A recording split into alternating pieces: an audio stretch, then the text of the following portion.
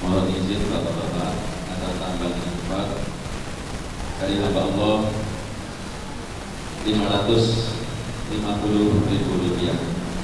Sekali lagi tambahan infak 550.000 rupiah untuk pembelian karpet. Terima kasih.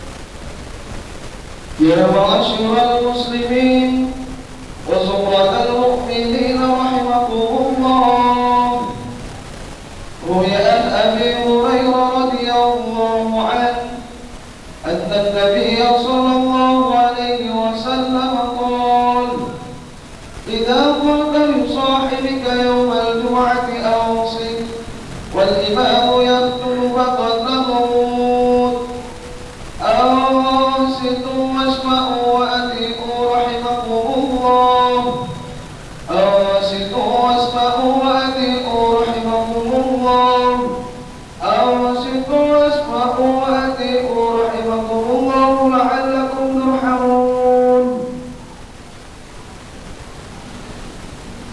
اللهم صل على محمد، اللهم صل على سيدنا محمد، اللهم صل على سيدنا ومولانا محمد.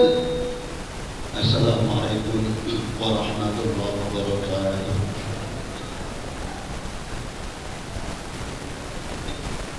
Allahu Akbar, Allahu Akbar, Allahu Akbar,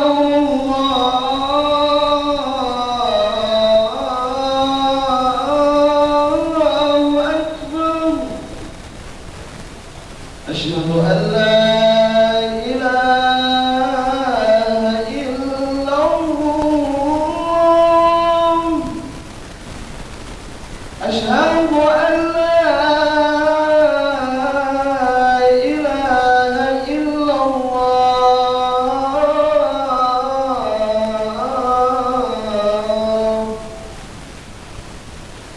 أشهد أن محمدا رسول الله أشهد أن محمدا رسول الله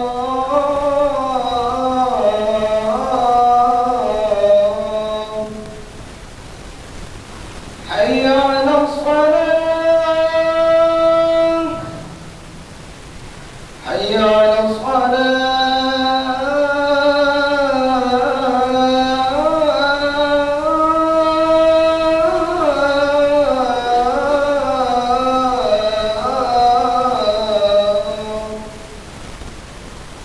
حي على الفلاح حي على الفلاح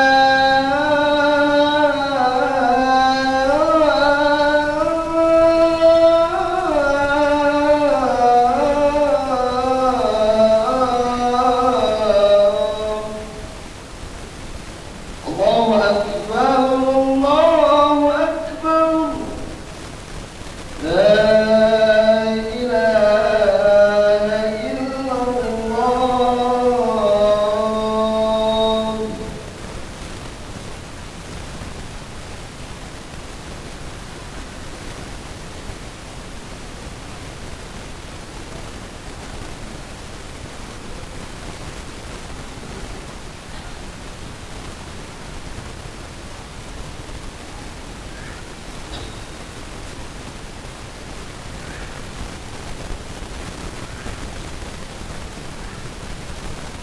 الحمد لله الذي هدانا للإيمان والإسلام ووصلنا بسلام سيدنا محمد خير الأنام وأسأله سلامة من النقاب والرفعة على الإيمان أشهد أن لا إله إلا الله وحده لا شريك له وأشهد أن محمدا عبده ورسوله مبعوث بغير أديان اللهم صل وسلم وبارك على سيدنا محمد وعلى آله وأصحابه سادة الأعيان أما بعد فيا عباد الله أوصيكم ونفسي بتقوى الله فقد فاز المتقون وقال تعالى يا أيها الناس اتقوا الله اتقوا الله اتقوا الله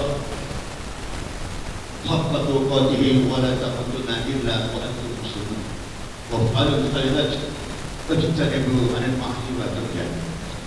Hadirin jamaah salat Jumat yang dimuliakan Allah Subhanahu wa taala.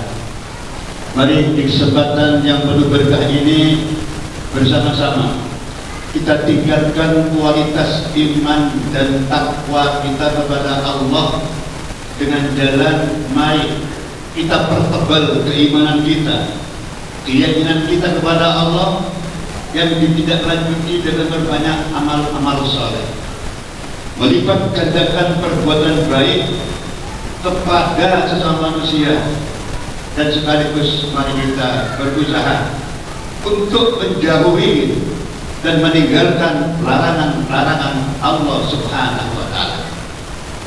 Dengan bekal iman dan takwa inilah hidup dan kehidupan kita insya Allah akan meraih suatu kemuliaan dan kebahagiaan dari dunia hatta akhirat. Hadirin yang dimuliakan Allah Subhanahu wa taala, saat ini kita berada di bulan yang mulia, yakni bulan Rajab. Tentunya kita sebagai umat Islam, hamba Allah, jangan sampai kita lupa dengan peristiwa yang sangat besar yang senantiasa melekat di dalam ingatan kita sejak peristiwa Isra Mi'raj Nabi besar Muhammad sallallahu alaihi wasallam, yang dimana peristiwa itu sungguh suatu jembatan untuk mengenal sekaligus menuju kepada Allah yang akhirnya kita menjadi hamba yang mendapatkan insan akhir. Kenapa? Di dalam bulan Rajab itu ada peristiwa besar.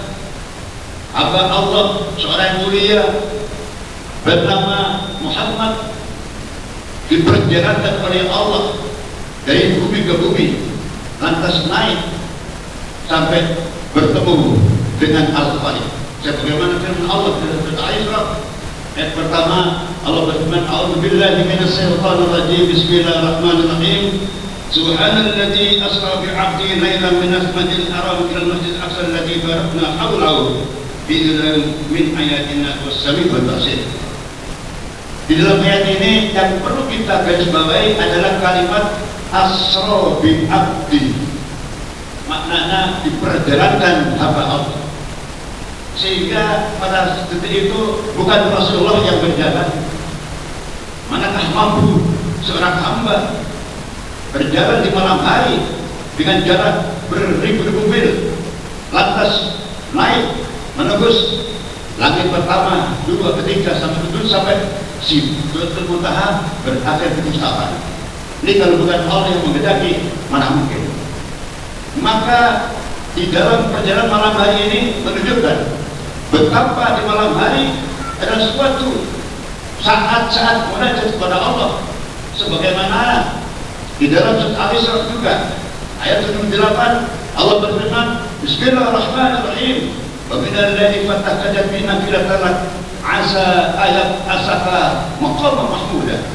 Jadikanlah sebagian malammu untuk melakukan salat tahajud sebagai tambahan daripada salatmu. Semoga dengan demikian asa ayat asaka rabbuka maqama mahmuda, Allah menempatkan kalian di tempat terpuji. Secara singkat, peristiwa Isra Mi'raj adalah 3 dimensi yang harus kita pahami.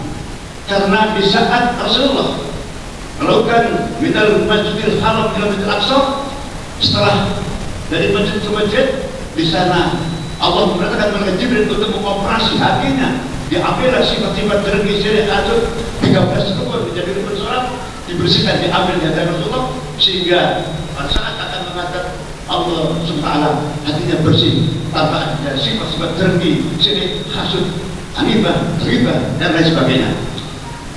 Setelah itu naiklah Rasulullah bersama malaikat dengan burungnya. Singkat cerita, menembus dari langit pertama sampai ke 7, semua langit ada penduduknya, ada malaikatnya, ada Nabi yang masih hidup, ada Nabi Isa, Nabi Idris, dan mereka bertemu bersama mendoakan Rasulullah semoga perjalanan beliaunya menjadikan perjalanan yang menentukan kehidupan manusia di muka bumi selama dunia akhirat. Begitu ketemu di Mustafa, apa yang dia katakan diucapkan oleh Rasulullah, at-tahiyatul mubarakatus salawatut thayyibatulillah. Masya Allah, ucapan yang belum pernah diucapkan oleh Muhammad sejak Nabi Adam sampai Isa alaihissalam. At-tahiyatul mubarakatus salawatut thayyibatulillah. Semua penghargaan, semua keberkahan, semua pujian hanya milik Allah Sang Kekasih, Sang Khaliq. Lantas Allah menjawab, Assalamualaikum ayyuhan Nabi wa rahmatullahi wa barakatuh. Keselamatan datang kepadamu, wahai junjungan kami, wahai kekasih kami, keberkahan semua untukmu ya Allah, untukmu wahai Rasulullah, dan kemuliaan pun untukmu. Maka Rasulullah ingat kepada kita, Assalamualaikum wa rahmatullahi wa barakatuh. Ya Allah, aku punya umat yang mungkin kelak juga akan menyembahmu lewat salat salat inilah ya Allah. Maka selamatkan mereka, keberkahan mereka, berilah dia kemuliaan sebagaimana aku berikan kepada kami sebagai wakil daripada umatmu, sebagai hamba-hambamu. Maka argumentasi yang sedemikian dramatisnya ini disajikan pada ribuan malaikat, jutaan malaikat. Mereka bersyahadat asyhadu an la ilaha illallah wa asyhadu anna Muhammadar Rasulullah. Dan para malaikat dengan redaksi yang singkat berguru salam dengan salam, Allahumma salli ala Muhammad wa ala ali Muhammad sampai akhir fil alamina innaka hamidum majid. Inilah peristiwa daripada kegiatan salat kita. Bahkan rukuk sujud ini adalah perbuatan hamba-hamba Allah yang berdiri malaikat. Mereka menyembah Allah dengan bentuk yang berbeda-beda. Maka dirangkumlah oleh Rasulullah seorang yang cerdas dan cerdik menjaga gerakan-gerakan salat. Untuk itulah para hadirin berbahagia, di dalam kita melaksanakan sholat sejak dari rumah, mari kita bersihkan niat kita.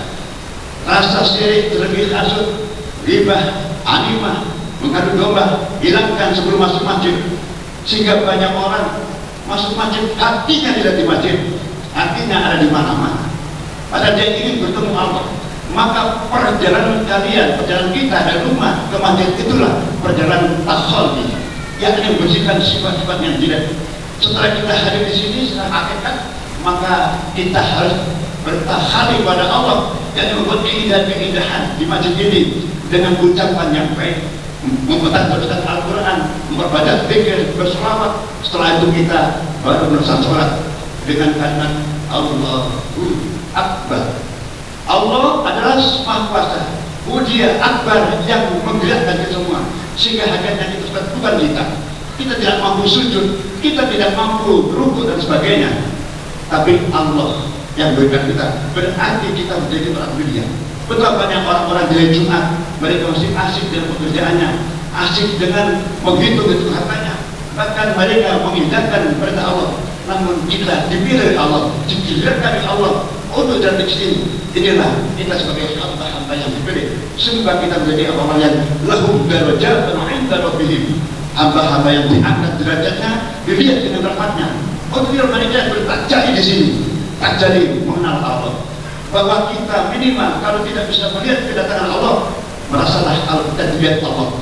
Dengan demikian kita akan khusyuk, tidak tergesa-gesa, ada tumaninah dalam gerakan. Tidak ada sesuatu yang menghantui kita, sehingga kita di sini mari menghadirkan adanya Allah, menghilangkan adanya dunia. Karena ritual sholat adalah sesuatu yang menjaga kita akan masuk surga, sebagaimana hadis Rasul yang diriwayatkan oleh Bukhari Muslim, awwalu yuhasibu bil 'abdi yaumil qiyamah as-shalah. Pertama kali di awal di akhirat nanti yang akan dihisab kepada hambanya adalah bab salat. Fa in suluhat sahiru amali, apabila salat terbaik maka baiklah salat kita, semua amal kita. Wa in fasadat sahiru amali, manakala rusak salat kita, rusaklah semua amal. Yang terakhir, sesungguhnya salat adalah merupakan tiang agama, as-salatu ibadatin. Faman aqamatin wa man taraka faqad hadabatin. Barang siapa yang melaksanakan salat dengan penuh ikhlasan, mengharap ridho, berarti dia telah menegakkan agama Allah. Namun barang siapa meninggalkan salat dengan sengaja, berarti dia telah merobohkan agama Allah. Semoga kita menjadi orang istiqomah untuk selalu beribadah, mengharap ridho Allah, penuh keikhlasan, dan kita kemudian husnul khatimah. A'udzu billahi minasyaitonir rajim. Bismillahirrahmanirrahim. Wal 'asri innal insana lafi khusrin illa alladziina aamanu wa 'amilus shalihati wa tawassaw bil haqqi wa tawassaw bis sabr. Barakallahu li wa lakum fil Qur'anil 'azim wa nafa'ani wa iyyakum bima fihi min al-ayati al hakim wa taqabbal minni wa minkum tilawatahu innahu huwas sami'ul 'alim. Allahumma salli ala sayyidina Muhammadin wa ala ali sayyidina Muhammad.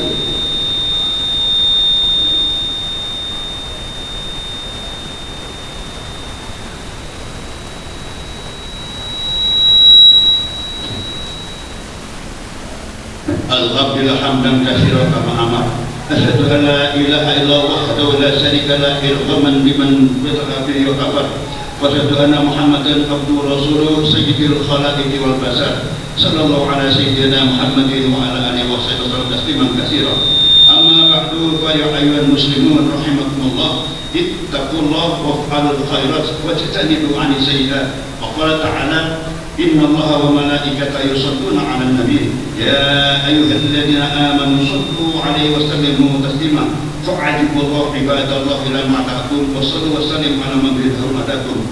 Allahumma salli wa sallim wa barik ala sayyidina Muhammad wa ala alihi wa sahbihi wa ala tabi'in wa du'ana ma'ahu bi rahmatika ya arhamar rahimin. Allahumma ighfir lil mu'minina wal mu'minat wal muslimina wal muslimat الأحياء منهم والأموات إنك قريب مجيب الدعوات يا قاضي الحاجات اللهم اجعلني الله واجعل أولادنا من أهل العلم وأهل الخير وأهل الطاعة وأهل العبادة والاستقامة إنك على كل مقصد يا جواد يا معبود يا تلقي برحمة والهدى في قلوب الكافرين والمشركين والظالمين والمنافقين والمفسدين وعلى آله وصحبه ربنا آتنا في الدنيا حسنة وفي الآخرة حسنة وقنا عذاب النار عباد الله ولا تقيم الصلاة الله أكبر الله أكبر أشهد أن لا إله إلا الله أشهد أن محمدا رسول الله حي على الصلاة حي على الفلاح قد قامت الصلاة قد قامت الصلاة الله أكبر لا إله إلا الله. Tolong sop yang kosong diisi rapat-rapat. Untuk adik-adik mau tidak rame. Tolong sop lagi rapat terus. Sop masih kosong diisi untuk sementara adik mohon dimatikan atau dijalankan.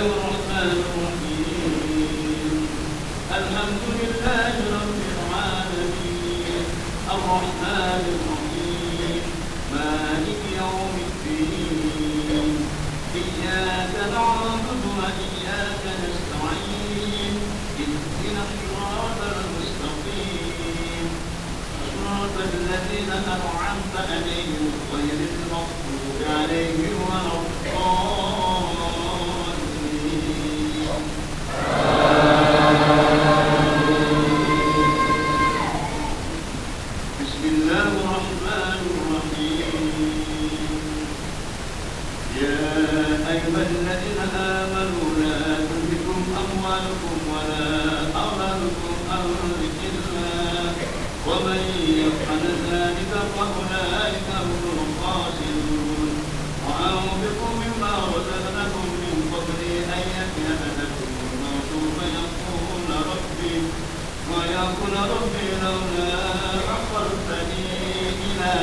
أجل قريب وأرسله أكون من الصادقين ولن يؤخر الله نفسا إذا جاء أجلها والله خبير بما تعملون. الله أكبر. سمع الله لمن حمده.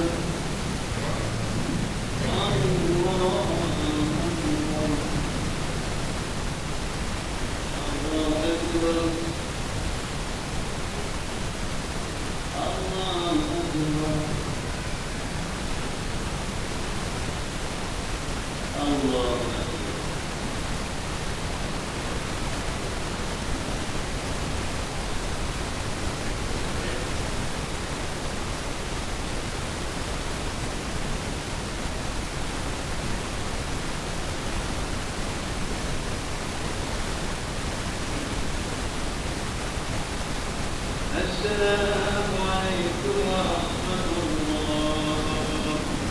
السلام عليكم ورحمة الله.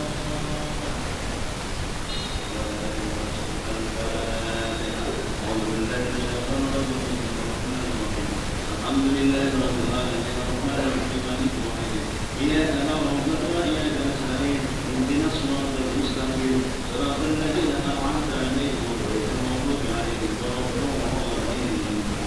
بسم الله الرحمن الرحيم قل هو الله أحد الله الصمد لم يلد ولم يولد ولم يكن له كفوا أحد. بسم الله الرحمن الرحيم قل هو الله أحد الله الصمد لم يلد ولم يولد ولم يكن له كفوا أحد. بسم الله الرحمن الرحيم قل هو الله أحد الله الصمد لم يلد ولم يولد ولم يكن له كفوا أحد. لا إله إلا الله والله أكبر ولله الحمد. بسم الله الرحمن الرحيم قل أعوذ برب الفلق ومن شر ما خلق ومن شر غاسق إذا وقب ومن شر النفاثات في العقد ومن شر حاسد إذا حسد.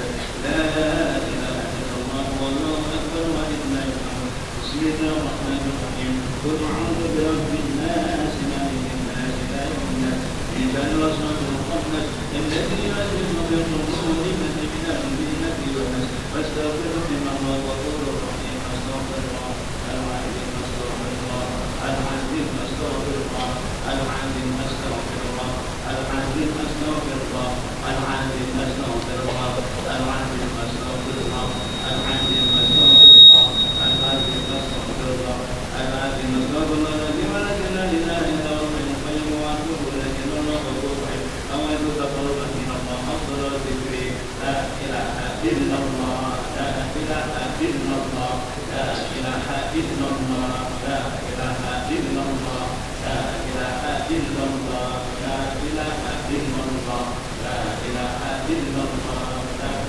إله إلا الله لا إله إلا الله لا إله إلا الله لا إله إلا الله محمد رسول الله صلى الله عليه وسلم. إن الله وملائكته يصلون على النبي يا أيها الذين آمنوا صلوا عليه وسلموا تسليما. صلى الله على محمد صلى الله على محمد صلى الله على محمد صلى الله على محمد صلى الله على محمد صلى الله على محمد صلى الله على محمد صلى الله على محمد صلى الله عليه وسلم. أعوذ بالله من الشيطان الرجيم. بسم الله الرحمن الرحيم. الحمد لله رب العالمين. يا ليتني برحمتك من أحد من فقدت الحساب فقد الكفاية بالبلاء بالغفران. الله الملك الحلال أن حرمتك وبطاعتك أن معصيتك وبفضلك أن نشاء اللهم قبل ذنوبنا وصدق أنفسنا ونور ذنوبنا وصدق إيماننا وأحسن أعمالنا ووسع أرزاقنا ومن أبد جناتك